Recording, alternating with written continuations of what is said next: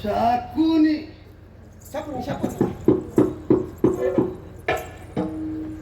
ಕೊಳೆತ ಹಲ್ಲು ವಿಕಾರ ಸ್ವರೂಪವು, ಅದಕ್ಕಿಂತ ವಿಕಾರವಾದ ಮನಸ್ಸು.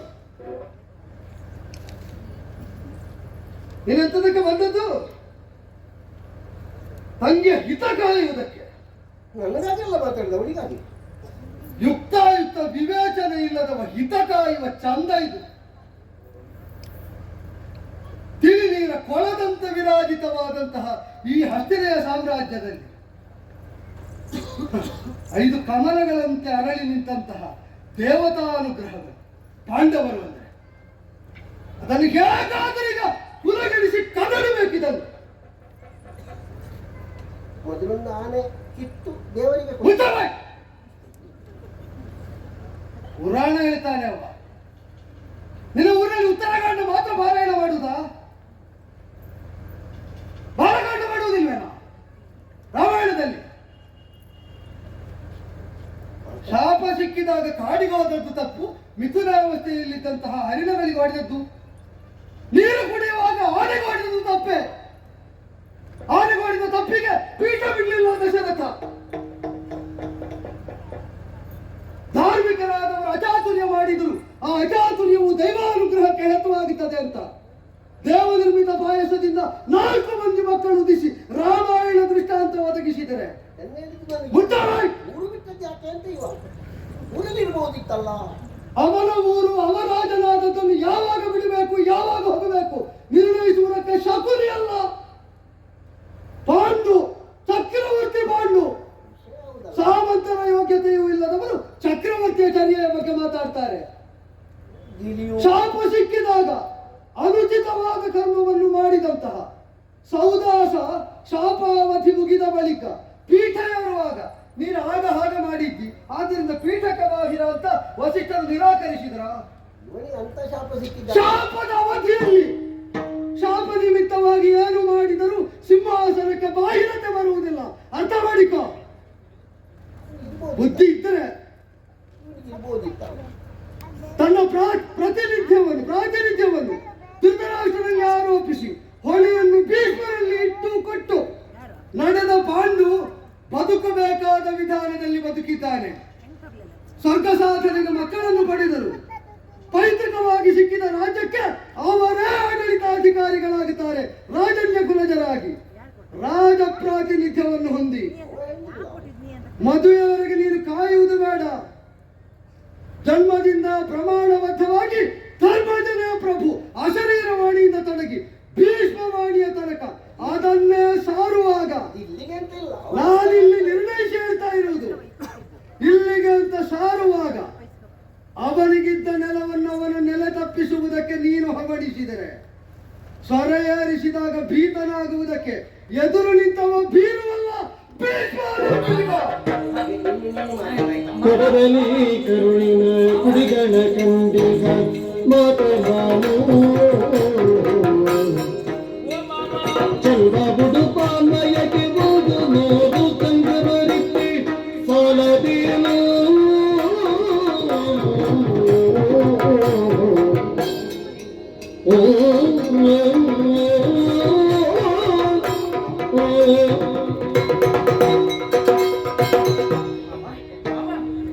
ನಿಮಗೆ ಹೇಳುವ ಬೋಧಿಸುವ ಅರ್ಹತೆ ನನ್ನದಲ್ಲ ಅಂತ ನಾನು ಬಲ್ಲೆ. ನೀವು ಸ್ವಲ್ಪ ದೂರ ನಿಂತುಕೋ. ಅಂಬೆ ಅವತ್ತು ಸತ್ತದ್ದು ಗೊತ್ತುತ್ತಲ್ಲ. ಗಾಂಧಾರಿ ದೇವಿ ಅಂಬೆ ಸತ್ತದ್ದು ಯಾವುದರಲ್ಲಿ ಅಂತ ಕೇಳಿದ್ರೆ ಬೆಂಕಿಯಲ್ಲಿ ಅಂತ ಊರಿನಲ್ಲಿದ್ದವರು ಉತ್ತರ ಹೇಳ್ತಾರೆ. ಪರದೇಶಿಯಾದ ಇವನಿಗೆ ಕತೆ ಗೊತ್ತಿಲ್ಲದಕ್ಕೆ ನಾನು ಹೊಣೆ ಅಲ್ಲ. ಮಾತ್ರ ಅಲ್ಲ, ಆ ಬೆಂಕಿಗೆ ಸ್ವಾರ್ಥದ ಕಿಡಿಯೇ ಇದ್ದದ್ದು ಅಂತ ಪರಶುರಾಮಾದಿಗಳು ನಿರ್ಣಯ ಸಾರಿರುವಾಗ ಮತ್ತೆ ಧರ್ಮಶಾಸ್ತ್ರದ ನಿರ್ಣಯವನ್ನು ಕೇಳುವಷ್ಟು ಪಾಂಡಿತ್ಯವೂ ನಿನ್ನ ಸಹೋದರನಿಗಿಲ್ಲ, ಅರ್ಹತೆ ಮೊದಲೇ ಇಲ್ಲ. ಬಿಡು, ನನ್ನನ್ನು ಹೆತ್ತವಳು ಹೆಣ್ಣಾಗಿ ಪಾತಿವೃತ್ಯಕ್ಕೆ ನಿನಗೆ ಸರಿ ಕಂಡ ದಾರಿಯಲ್ಲಿ ನೀವು ಮುನ್ನಡೆಯುವಾಗ ಗೌರವಾಭಿಮಾನದಿಂದ ಅದನ್ನು ಸ್ವೀಕರಿಸಿ ಇದು ತನಕ ಸಗೌರವದಿಂದಲೇ ನಿನ್ನೊಡನೆ ವ್ಯವಹರಿಸಿದವ ಭೀಷ್ಮ ಹೌದು ಅಂತಾದರೆ ಈಗಲೂ ಅಳುಕದೆ ಅಂಜದೆ ನಿನಗೆ ಸರಿ ಕಂಡದ್ದನ್ನು ಆಡಬಹುದು. ಸಹಾನುಭೂತಿಯಿಂದ ಕೇಳ್ತೇನೆ. ಅಧಿಕಾರ ಇಲ್ಲದ ಅನಧಿಕಾರಿಗಳಾದ ಅಧಿಕ ಪ್ರಸಂಗಿಗಳು ಮಾತಾಡಿದ್ದಾರೆ.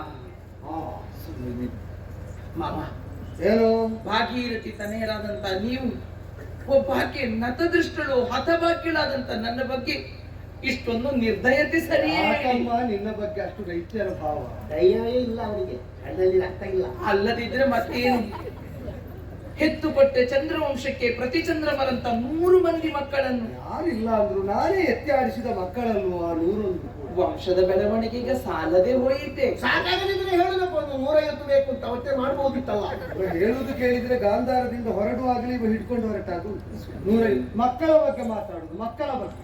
ಮಾವ, ನನ್ನ ಬದುಕನ್ನೇ ಆಜ್ಯವಾಗಿಸಿ ಘೃತಭಾಂಡದಲ್ಲಿ ಹುಟ್ಟಿದಂತ ನಿಷ್ಪಾಪಿ ಮಕ್ಕಳ ಬಗ್ಗೆ ಕಣ್ಣಿದ್ದು ಕುರುಡರಾಗಬೇಡಿ. ಯಾಕೆ ನನಗೆ ಮಧ್ಯ ಮಾತಾಡಿದ್ರೆ ಆಗೋದಿಲ್ಲ. ಅದಕ್ಕೆಲ್ಲ ಬದಿಯಲ್ಲಿ ನಿಂತ್ಕೊಂಡು ಮಧ್ಯದಲ್ಲಿ ನಿಂತ್ಕೊಂಡು ಬೇಡದಿದ್ದನ್ನು ಮಾತಾಡುದು. ಮಾವ, ನನ್ನ ಕುರುಡುತನ, ನನ್ನ ಪತಿಯ ಕುರುಡುತನ ಸಾಕಲ್ವೇ? ಊರು ತೆಗೆಯುತ್ತೆ ಸಾಕು. ನಿನ್ನ ಪರವಾಗಿ ಮಾತಾಡ್ಲಿಕ್ಕೆ ಬಂದವ ಹೇಳುದು ನಿನ್ನ ಕುರುಡುತನ ಊರು ತೆಗಿ. ಇವ ತೊಡಗಿದ್ರೆ ಮತ್ತೆ ಯಾವುದನ್ನು ತೆಗೀತಾನೆ, ಯಾವುದನ್ನು ನೀನು ಉಳಿತಾನೆ? ಸುಮ್ಮನೆ ಇರು. ನಮ್ಮನ್ನು ಸಿಕ್ಕಿಸಿ ಹಾಕುದು ಹಾಗೆಲ್ಲ ಹೇಳಿದ್ದು. ಇವ ಸುಮ್ಮನೆ ಒಂದು ಸುತ್ತ ತಿರುಗಿದ್ರೆ ಸಾಕು, ಕಾಲಿಗೆ ಯಾವುದಾದ್ರೂ ಒಂದು ಸಿಕ್ಕಿಕೊಳ್ತದೆ. ಮತ್ತೆ ಇವನನ್ನು ಸಿಕ್ಕಿಸಿ ಹಾಕುವುದಕ್ಕೆ ಎಂತದ್ದು? ಮಾವ, ಶಿವಾನುಗ್ರಹದಿಂದ ವ್ಯಾಸಾನುಗ್ರಹದಿಂದ ಹುಟ್ಟಿದಂತಹ ಮಕ್ಕಳ ಬಗ್ಗೆ ಕಣ್ಣಿದ್ದು ಕುರುಡರಾಗಬೇಡಿ. ಒಮ್ಮೆ ಸತ್ಯ ದೃಷ್ಟಿಯಿಂದ ನೋಡಿ, ಆಗ ನಿಮ್ಗೆಲ್ಲ ಅರ್ಥ ಆಗ್ತದೆ ಮಾವ. ಅರ್ಥ ಆಗ್ತದೆ. ಶಶಿಕೂಲದ ಪ್ರೀತಿ ಮಗಕಿ ಅಸಮಕೂಲು ಪಾಂಡುಜರು ಚಿತಿದುರಂತಿಕಾಯುಕ್ತ ನಯನ ಶಮನಯನಗಿಲ್ಲ ಕಥವಲ್ಲ ಶಾಸ್ತ್ರವಿಧಿ ಹೌದಮ್ಮ. ವಸುಧಿ ಪುತ್ರದ ಭೂಮಿ ವಚನ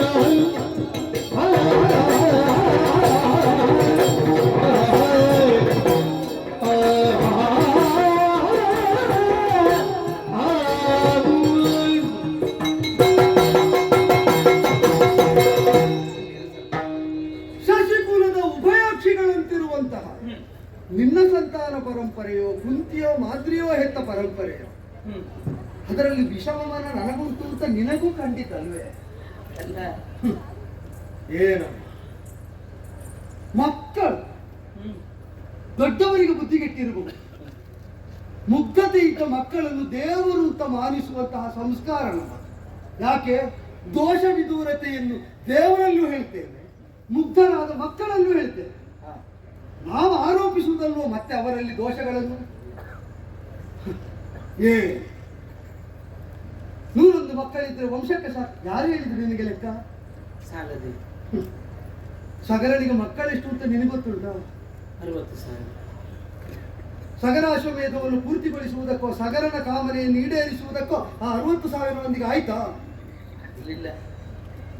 ಆಗಬೇಕು ಅಂತಾದರೆ ಎಷ್ಟು ತಲೆಮಾರು ಕಳೆಯಬೇಕಾಯಿತು? 3-4 ತಲೆಮಾರು ಕಳೆದ ಬಳಿಕ ಮೊಮ್ಮಗನ ಮಗನಾದ ಭಗೀರಥ ಹುಟ್ಟಿ ದೇವಗಂಗೆಯನ್ನು ಧರಾತಲಕ್ಕಿಳಿಸಿ ಪಾತಾಳದ ತನಕ ಮುನ್ನಡೆಸಿದ, ತನ್ನ ವಂಶೋದ್ಧಾರವನ್ನು ಸಾಧಿಸಿದ. ಹಾಗಾದರೆ ದೇವತಾನುಗ್ರಹ ಒಂದು ವಂಶದ ಉನ್ನತಿಕೆಗೆ ಯಾವಾಗ ಎಲ್ಲಿ ಯಾರ ಮೂಲಕ ಬರ್ತದೆ ಅಂತ ಖಚಿತವಾಗಿ ಹೇಳುವುದಕ್ಕಾಗುವುದಿಲ್ಲವಮ್ಮ. ನಿನ್ನ ಮಕ್ಕಳು ಪ್ರಯೋಜನ ಇಲ್ಲ ಅಂತ ಹೇಳುದು. ಸ್ವಲ್ಪ ಸುಮ್ಮನೆ ಇರ್ತೀಯ ನೀನು? ಎಷ್ಟು ಮಾತಾಡ್ತೀಯ ಅಂತ. ಅಯ್ಯೋ, ಅವತ್ತು ನಾನು ಕಣ್ಣಿಗೆ ಬಟ್ಟೆ ಕಟ್ಟುವಾಗ ನಿನ್ನ ಬಾಯಿಗೊಂದು ಬಟ್ಟೆ ಕಟ್ಟಿ ಬಿಡಬೇಕಿತ್ತು. ಒಳಗೆ ಬಟ್ಟೆ ಕಟ್ಟಿದ್ರೆ ಮೂಗಿನಲ್ಲಿ ಮಾತಾಡ್ತೇನೆ ನಾನು. ಅವನಿಗೆ ಮಾತಾಡ್ಲಿಕ್ಕೆ ಬಾಯಿ ಆಗಬೇಕು ಅಂತಿಲ್ಲ, ರಂಧ್ರ ಇದ್ರೆ ಸಾಕು. ಸರ ಎಲ್ಲಿಂದಲೂ ಹೊರಡ್ತದೆ ಅದಕ್ಕೆ. ನಿನಗೆ ಲೋಕೋಪಕಾರ ಮಾಡುವಂತಹ ಬುದ್ಧಿಯೇ ಇದ್ದದ್ದಾದ್ರೆ ಈಗ ಹೇಳಬಹುದಷ್ಟೇ, ನಡೆಯುವುದಕ್ಕಿಲ್ಲ. ಆ ಪಿಂಡವನ್ನು 101 ಆಗಿಸಿದಾಗ ಇಡುವುದಕ್ಕೆ ಭಾಂಡ ಹುಡುಕಿದೆ. ಗಾತ್ರದ ಭರಣಿ ಹುಡುಕಿದ್ರೆ ಅದರೊಳಗೆ ಇವನನ್ನು ಹಾಕಿ ಮುಚ್ಚಬೇಕು. ಆಗ ಲೋಕಕ್ಕೆ ನೆಮ್ಮದಿ. ನಾವು ಹಲಸಿನ ಸೋಲೆಯ ಬಂಡಿಯೊಳಗೆ ಕೂತವಲ್ಲ, ಈವರ ಭರಣಿ ಎಲ್ಲ ಲೆಕ್ಕವ ನಮಗೆ. ನಿಮ್ಮ ಊರಿನಲ್ಲಿ ಅವ ಹೇಳಿದ್ದನ್ನು ಭರಣಿಯೊಳಗೆ ಹಾಕಿದ ಮೇಲೆ ತೆಗೆದು ತೊಳೆಯುವ ಕ್ರಮ ಇಲ್ಲ. ಅದನ್ನು ತೊಳೆದಿದ್ದೇವೆ. ಮತ್ತೆ ಇವ ಯಾಕೆ ವಾಸನೆ ಬರುವುದು? ಇದು ಬಹುಶಃ ತೊಳೆಯಂತಿತ್ತು ಕಾಣ. ವಿಷಮ ಮನದಿಂದ ನಾನು ನಿರ್ಣಯಿಸಿದ್ದಲ್ವ, ಋಷಿವಾಕ್ಯ ಪ್ರಾಮಾಣ್ಯ ಈ ವಂಶದ ಬೆಳಕಾಗಿ ಐವರನ್ನು ಸ್ವೀಕರಿಸಬೇಕು ಅಂತ. ಋಷಿವಾಕ್ಯ ಪ್ರಾಮಾಣ್ಯವನ್ನು ಧಿಕ್ಕರಿಸಬೇಕು ಅಂತ ಹೇಳ್ತೀಯೋ? ಮಹಾರಾಣಿಯಾಗಿ ನೀ ಹೇಳ್ತೀಯಾದರೆ ಏಕದೇಶ ನ್ಯಾಯದಿಂದ ಧಿಕ್ಕರಿಸುವುದಕ್ಕಾಗುವುದಿಲ್ಲ. ಎಲ್ಲ ಕಡೆಗೂ ಆ ನ್ಯಾಯ ಅಂಗೀಕರಿಸಬೇಕು. ಈಗ ನೀನು ಹೆತ್ತದ್ದು ಮಕ್ಕಳನ್ನ ಪಿಂಡವನ್ನ, ಪಿಂಡ ಅದು ಮಕ್ಕಳಾದದ್ದು ಯಾರ ಮಾತಿನಂತೆ? ವ್ಯಾಸರ ಮಾತಿನಂತೆ. ಅದಕ್ಕೆ ಚಿಮುಕಿಸಲ್ಪಟ್ಟ ಪವಿತ್ರೋದಕ ಯಾರ ಕಮಂಡಲದ್ದು? ವ್ಯಾಸರ. ಹಾಗಾದ್ರೆ ಅವರನ್ನು ಚಂದ್ರಾನ್ವಯದ ಮಕ್ಕಳು ಅಂತ ಸ್ವೀಕರಿಸುವಂತೆ ಮಾಡಿದವರು ಒಬ್ಬರು ವ್ಯಾಸನಾಮಕರಾದ ಋಷಿಗಳು. ಋಷಿಗಳು ಪಾಂಡವರನ್ನು 5 ಸ್ವೀಕರಿಸಬೇಕು ಅಂತ ಹೇಳಿದ್ದು ಋಷಿಗಳು, ಮುನಿಗಳು, ಸಿದ್ಧರು, ಗಂಧರ್ವರು, ಚಾರಣರು, ಗುಹ್ಯಕರೆಯ ಮೊದಲಾದವರು ಒಪ್ಪಿಸಿದ ಮೇಲೆ ನಭೋಮಂಡಲದಲ್ಲಿ ಅದೃಶ್ಯರಾಗಿ ಹೋದದ್ದನ್ನು ಕಣ್ಣಾರೆ ಕಂಡವರು ನಾವು. ವಿಲಾಸ ಇಲ್ಲದೆ ಇರುವ ಚಿಲ್ಲರೆ ವಿಲಾಸ ನಿನಗಿಲ್ಲದ್ದು. ಆದಿಬಟ್ಟೆ ಉತ್ತವರೆಲ್ಲ ಸನ್ಯಾಸಿಗಳಾದ್ರೆ ರಾವಣನ ವೇಷ ಮಾಡಿದ್ದಾರೆ ಸೀತಾಪಾರಕ್ಕೆ. ನೀನು ಮನೆಯೊಳಗೆ ತಂದು ಪೂಜೆ ಮಾಡವನ. ನಿನ್ನಲ್ಲಿ ಸನ್ಯಾಸಕ ಪ್ರಾಮಾಣ್ಯ ಯಾರು ಕೇಳಿ? ವ್ಯಾಸರ ಆಗ ಅವರು ವ್ಯಾಸರು ಈ ಕುಟುಂಬದಲ್ಲಿ ನಿಯೋಗ ಮಾಡಿದವರಿಗೆ. ವ್ಯಾಸರು ಹೇಗೆ ಅವರು ಹೇಗೆ ಅಂತ ನಾನು ನಿರ್ಣಯಿಸ್ತೇನೆ. ನಿನ್ನಲ್ಲಿ ಕೇಳಲಿಲ್ಲ, ಮುಚ್ಚಬಾಯಿ. ಸುಮ್ಮನೆ ಇರೋ ನೀನು ಸ್ವಲ್ಪ. ರಾವಣ ಸನ್ಯಾಸಿಯ ಕಥೆ ಇವನಿಗೆ ಬೇಡದಿದ್ದಲ್ಲದೆ ಬೇರೆ ಯಾವುದಾದ್ರು ಒಳ್ಳೆಯದು ಸಿಗ್ತದ? ಸನ್ಯಾಸಿಗಳಿಗೆ ಉದಾಹರಣೆ ಇವರು ರಾವಣ ಸನ್ಯಾಸಿ ಕೊಡು. ಋಷಿವಾಕ್ಯ ಪ್ರಾಮಾಣ್ಯ ಅಲ್ಲ ಅಂತ ಸಾಧಿಸುವುದಾದರೆ 5 ಪಾಂಡವರ ಜೊತೆಯಲ್ಲಿ ನಿನ್ನ 101 ವಂಶದಿಂದ ಹೊರಗಿಡುವ ಆಗಿತಾ? ಅದಾಗ್ತದ ಮಾವ. ಅದಾಗುದಿಲ್ಲ ಅಂತ ಆದ್ರೆ 106 ವಂಶದುದ್ದ ಸ್ವೀಕರಿಸಬೇಕು. ಏನು ಮಾತು ಅಂತ ಆಡ್ತೀಯ? ಹಾಗಲ್ಲ, ನಿನಗಾಗುವಾಗ ಅದೆಲ್ಲ ಪ್ರಮಾಣ. ಕುಂತಿಗೋ ಮಾತ್ರಿಗೋ ಮಕ್ಕಳನ್ನು ಪೋಷಿಸುವುದಕ್ಕೆ ವಂಶ ಬೇಕು ಅಂದಾಗ ಅದೆಲ್ಲ ಪ್ರಮಾಣ. ಅವ ಯಾಕಮ್ಮ ಇದೊಂದು? ಏನಿಲ್ಲ, ಎಲ್ಲಿಯಾದ್ರೂ ನನ್ನ ಮಕ್ಕಳಿಗೆ ಅನ್ಯಾಯವಾಗ್ತದೋ ಏನೋ ಅಂತ. ಈಗ 5 ಪಾಂಡವರು ಬರುವ ತನಕ ಆಗಿದ? ಇಲ್ಲ, ಇನ್ನೂ ಆಗುವುದಿಲ್ಲ. ನಿನ್ನ ದೃಷ್ಟಿಯಲ್ಲಿ ಆಗುತ್ತದೆ ಅಂತ ಕಾಣುವುದು ಯಾಕೆ ಗೊತ್ತುಂಟು? 101 ಮಕ್ಕಳಿಗೆ ತಾಯಿಯಾಗಿದ್ದಮ್ಮ. ಆ 5 ಮಾತ್ರ ಬೇರೆ ಅಂತ ಕಾಣುವ ಒಂದು ಭೇದ ಭಾವ ಇದ್ದದ್ರಿಂದ 106 ನಿನ್ನ ಮಕ್ಕಳು ಅಂತ ತಿಳಿಯಮ್ಮ. ಕುಂತಿ ಹೋಗ್ಲಿ, ನಿನ್ನ ಮೂಗಿನಿಂದ ಬಿದ್ದಲ್ಲ ಅವಳು. ತಕ್ಕೊಳ್ಳುವ ಅದನ್ನ 5. ಅವನನ್ನು ಯಾವತ್ತೇ ಇಲ್ಲಿಂದ ಹೊರಗೆ ಹಾಕುತ್ತಿದ್ದೆ. ನೀನು ಬೇಕಮ್ಮ ಈ ವಂಶಕ್ಕೆ, ಆದ್ದರಿಂದ ಉಳಿದಿದ್ದಾರೆ, ನೆನಪಿಟ್ಟು. ಆದ್ದರಿಂದ 106 ಮಂದಿಯನ್ನು ನಿನ್ನ ಮಕ್ಕಳು ಅಂತ ನೀ ಸ್ವೀಕರಿಸಿದರೆ ಅವರ ಭವಿಷ್ಯಕ್ಕೆ ಆತಂಕ ಬಾರದಂತೆ ತಡೆಯುವುದಕ್ಕಲ್ವೋ ಈ ಮುದುಕನ ಕೈಯಲ್ಲಿ ಇನ್ನೂ ಆಯುಧ ಅಧಿಕಾರ ಇರುವುದು. ನಿನಗೆ ಯಾಕೆ ಆತಂಕ? ಯಾರೋ ಹೊರಗಿನವರು ಬಂದು ಸುಮ್ಮನೆ ರಾಮಾಯಣ ಅಂತ ಹೇಳ್ತಾರೆ. ಎಂತದ್ದು ರಾಮಾಯಣ? ನಾನು ಹೊರಗಿನವ. ಮತ್ತೆಂತದ್ದು? ವಿಷಯಕ್ಕೆ ಅನಧಿಕಾರಿ ಅಂದದ್ದು. ನಾನಿಲ್ಲಿಗೆ ಬೀಗವಲ್ವಾ? ನಿನ್ನ ಬಾಯಿಗಾಕು ಈಗ. ರಾಮಾಯಣದಲ್ಲಿ ಪ್ರಜಾಪವಾದಕ್ಕಾಗಿ ಸತಿಯನ್ನು ಬಿಟ್ಟ ರಾಮನಿಗೆ ಅಪವಾದ ಬರಲಿಲ್ವಾ? ತುಂಬು ಗರ್ಭಿಣಿಯಾದ ಸತಿಯನ್ನು ರಾಮ ಬಿಟ್ಟದ್ದು ಸಮಗ್ರ ರಾಮಾಯಣವನ್ನು ಶ್ರದ್ಧೆಯಿಂದ ಪಾರಾಯಣ ಮಾಡುವವರಿಗೂ ಕೆಲವರಿಗೆ ಜೀರ್ಣವಾಗದ ವಿಷಯ ಇಂದಿಗೂ ಕೂಡ. ಹಾಗಾದ್ರೆ ಬಿಟ್ಟದ್ದರಿಂದ ಅಪವಾದ ವಿಮುಕ್ತನಾದನ? ಹಾಗಾದ್ರೆ ಅಪವಾದವೂ ಸ್ವೀಕರಿಸಿ ಸ್ವಾರ್ಥಿಯಾಗಿ ಬದುಕುವುದಕ್ಕಿಂತ ನಿಸ್ವಾರ್ಥನಾಗಿ ಪ್ರಾಮಾಣಿಕ ಪ್ರಯತ್ನ ಮಾಡಿದ ಮೇಲೆ ಬರುವ ಅಪವಾದವಾದರೂ ಸಹ್ಯ ಎಂಬ ಧೋರಣೆ ರಾಮಚಂದ್ರನ. ಅದೇ ಆದರ್ಶ ಈ ಭೀಷ್ಮರ. ನಾ ರಾಮಚಂದ್ರನಲ್ಲ, ಯಾರೋ ಎಬ್ಬಿಸ್ತಾರೆ ಉಬ್ಬಿಸ್ತಾರೆ ಅಂತ ನಾವು ಏರುವುದಕ್ಕಿಲ್ಲ, ನಮಗೆ ನೆಲೆ ಗೊತ್ತುಂಟು. ಆದರೆ ದೇವತಾನುಗ್ರಹದಿಂದ ದುರ್ವಾಸ ಮಂತ್ರದ ಫಲವಾಗಿ ಲಭ್ಯರಾದವರನ್ನು ಸ್ವೀಕರಿಸಿದ್ದರಿಂದ ಬರುವ ಕುಜನರ ಅಪವಾದವಾದರೂ ನಮಗೆ ಸತ್ಯ, ಅವರ ತ್ಯಾಗ ಅಲ್ಲ ಅಂತ ಸ್ವೀಕರಿಸಿದ್ದೇನೆ. ಆದ್ದರಿಂದ ರಾಮಾಯಣ ಹೇಳಿದವರಿಗೆಲ್ಲ ಬುದ್ಧಿ ಉಂಟು ಅಂತ ಅರ್ಥ ಅಲ್ಲ. ತಲೆಯಲ್ಲೇನೋ ಇಟ್ಟುಕೊಂಡಿದ್ದಾರೆ ಅಂತ ಅವರೆಲ್ಲ ಬುದ್ಧಿವಂತರು ಕೂಡ ಆಗುವುದಿಲ್ಲ. ಆಗ್ತದೆ. ಆದ್ದರಿಂದಲೇ ಅನ್ವಯ ಮಾಡುವವರು ಯೋಚಿಸಿದ್ರಾಯ್ತು. ಯಸ್ಯ ನಾಸ್ತಿ ಸ್ವಯಂ ಪ್ರಜ್ಞಾ ಶಾಸ್ತ್ರಂ ತಸ್ಯ ಕರೋತಿ ಕಿಂ. ಮಾತಾಡಿ ಮನುಷ್ಯರಿಗೆ ಅರ್ಥ ಆಗದಿರುವ ಇಂಥದ್ದನ್ನೆಲ್ಲ ಹೇಳು. ನಿನಗೀಗ ಅರ್ಥ ಆಗ್ಲಿಲ್ಲ? ನನಗೆ ಅರ್ಥ ಆಗಿದೆ. ಮತ್ತೆ ನೀನು ಕಲ್ತ ಗುರುಕುಲದಲ್ಲಿ ಅಲ್ವೋ ಅವನು ಕಲ್ತದೆಲ್ಲ ಅಲ್ಲೇ. ಮತ್ತೇನು ಅರ್ಥ ಆಗುದಿಲ್ಲ? ನಾನು ರಾತ್ರಿ ಶಾಲೆಗೆ ಹೋದ್ದು, ಅದು ರಾತ್ರಿಯಲ್ಲ ಇಲ್ಲ, ಅದು ವಿಷಯ. ರಾತ್ರಿ ಶಾಲೆಗೆ ಯಾರು ಹೋಗುದು ಅಂತ ನೀನು ಗೊತ್ತಲ್ವ? ಗೊತ್ತಾಯ್ತು. ಈಗ ದೊಡ್ಡ ದೊಡ್ಡ ಜಾಗದಲ್ಲಿ ಇರುವವರೆಲ್ಲ ಇವನನ್ನೆಲ್ಲ ಹಗಲು ಮಾತಾಡುವುದಕ್ಕೆ ಬಿಟ್ಟದ್ದೇ ಅಪಾಯ. ಇವ ಹೇಳುವಾಗ ನಾವು ಮಲಗಬೇಕು, ನಾವು ಮಲಗಿದಾಗ ಇವ ಹೇಳಬೇಕು. ಬೇಡ ಬಿಡು, ಹೆಚ್ಚು ಹೇಳಿದ್ರೆ ನಿನಗೆ ನೋವ. ಆದ್ದರಿಂದಲೇ ಸಹಿಸುವುದು. ಆದರೂ ಕೆಲವೊಮ್ಮೆ ಮಿತಿ ಮೀರಿ ಬಂದು ಹೋಗುವುದು ಆಕ್ರೋಶದಿಂದ. ಅದಕ್ಕೆ ಬಹುಶಃ ಶಾಸ್ತ್ರವನ್ನು ಅರಿತವರಿಗೆ ಸ್ವಯಂ ಸ್ವಯಂ ಬುದ್ಧಿ ಇಲ್ಲದಿದ್ದರೆ ಶಾಸ್ತ್ರ ಯಾವ ಉಪಕಾರವನ್ನು ಮಾಡುವುದಿಲ್ಲ. ಇದನ್ನು ಯಾವಾಗ ಹೇಳಿದೆ, ಯಾರಿಗೆ ಹೇಳಿದೆ, ಯಾಕಾಗಿ ಹೇಳಿದೆ, ಇದನ್ನು ಅನ್ವಯಿಸುವುದು ಹೇಗೆ, ಇದನ್ನು ಅರಿತು ವ್ಯವಹರಿಸಿದರೆ ನಿನಗೂ ನಿನ್ನ ಸಂತಾನ ಪರಂಪರೆಗೂ ವಂಶಕ್ಕೂ ಭವಿಷ್ಯಕ್ಕೂ ನೆಮ್ಮದಿ. ಅರ್ಥ ಆಯ್ತಲ್ಲ? ನೆನಪಿರ್ಲಿ, ಸರಿಯಾಗಿ ನೆನಪಿರ್ಲಿ. ಒಳ್ಳೆಯದು. ಯಾರಿಗೆ ಕೈ ಮಾವ ಅವರು ಹೋಗಿ ಹೊತ್ತಾಯ್ತು. ನಿನ್ನ ಅಪ್ಪನಿಗೆ ಕೈ ಮುಗಿದು ಹೋದ್ರೆ ಅವರು ಅಣ್ಣ ಯಾವಾಗ ಹೋಗ್ತಾರೆ ಅಂತ ಕಾಯುವುದು. ಇಲ್ಲಿ ಬೇಡ, ಎಷ್ಟು ಚೆನ್ನಾಗಿ ಮಾತಾಡ್ತಾರಲ್ವಾ. ಅವ್ರು ಹೇಳಿದ್ದನ್ನು ಕೇಳಿಸಿಕೊಂಡೆ ನೀನು. ಅವರು ಹೇಳಿದ್ದನ್ನು ಕೇಳಿದ್ರೆ ಊರು ಬಿಡ್ಬೇಕಾಗಿತ್ತು. ಅವರಿಗೆ ಬೇಕಾದ ಹಾಗೆ ಮಾತಾಡುದು. ಶಾಸ್ತ್ರ ಎಲ್ಲ ಆಗಿಲ್ಲ. ಸುಮ್ಮನೆ ನಾವು ರಾಮಾಯಣ ಮಾತಾಡಿದ್ರೆ ರಾಮಾಯಣ ಸರಿ ಇಲ್ಲ, ಅವರು ರಾಮಾಯಣ ಮಾತಾಡಿದ್ರೆ ರಾಮಾಯಣ ಸರಿ ಉಂಟು. ಹಾಗೆ ನೀನು ಕೇಳಿದ್ರಲ್ಲ, ನಿನಗೆ ಮಕ್ಕಳಾದ್ರೆ ನನಗೆ ಮೊಮ್ಮಕ್ಕಳವರು. ನಿನ್ನ ಮಕ್ಕಳಿಗೆ ಏನು ಅನ್ಯಾಯ ಆಗುವುದಿಲ್ಲ. ಒಂದು ವಾಕ್ಯ ಬಿಟ್ಟಿದ್ದಾರೆ, ಏನು ಅನ್ಯಾಯ ಆಗೋದಿದ್ರೆ ನಾನೇ ಮಾಡುದು, ಬೇರೆ ಯಾರು ಅಲ್ಲ. ಹಾಗಲ್ವ, ನಾವೆಣಿಸಿದ ಹಾಗೇನು ಆಗುವುದಿಲ್ಲ. ಯೋಚನೆ ಮಾಡಬೇಡ ನೀನು. ಆ ಮನುಷ್ಯ ಮಾತಾಡಿ ಮಾತಾಡಿ ಮಾತಾಡಿ ಯಾರ್ಯಾರನ್ನು ಕೊಲ್ಲಿಕ್ಕೆ ಹುಟ್ಟಿದ ಧೂಮಕೇತು ಅದು. ಅದು ಸಾಧಾರಣದ ಪಿಂಡ ಅಲ್ಲ ಅದು. ಅರ್ಥ ಆಯ್ತಾ? ಅದು ಮಾತಾಡುದೆಲ್ಲ ಸತ್ಯ ಅಂತ ತಿಳ್ಕೊಳ್ಬೇಡ. ಸತ್ಯದ ಹಾಗೆ ಮಾತಾಡುದು. ನಾವು ಮಾತಾಡಿ ಆದ್ರೆ ಏನ್ ಮಾಡುವ ಹೇಳು. ಇಲ್ವಾ? ಏನು ಆ ಮನುಷ್ಯ ಮಾತಾಡುವಾಗ ಗೋಳು ಮಂಡೆಗೆ ಕೈ ಹಾಕಬೇಕು. ಕೂದಲು ಬಂತ ಅಂತ ಹಾಗೆ ಅಲ್ಲದೆ ಇದ್ದದನ್ನು ಹೌದು ಅಂತ ಮಾಡುವ ವ್ಯಾಪಾರಿ ಬುದ್ಧಿ ಅದು. ಏನು ಇಲ್ಲ, ಅಂತದ್ದೇನು ಇಲ್ಲ. ಬಾ, ನಾ ಬರುದಿಲ್ಲ. ಬಾರು ಹೋಗುವ. ನಾ ಬರುದಿಲ್ವೇ? ಬರುವುದಿಲ್ವಾ? ಇಲ್ಲಿ ಬಾ. ಎಂತದು?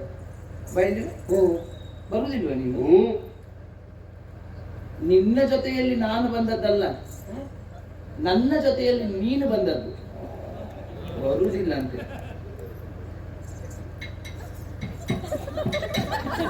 ಹಗ್ಗದಲ್ಲಿ ನಡೆಯುವುದು.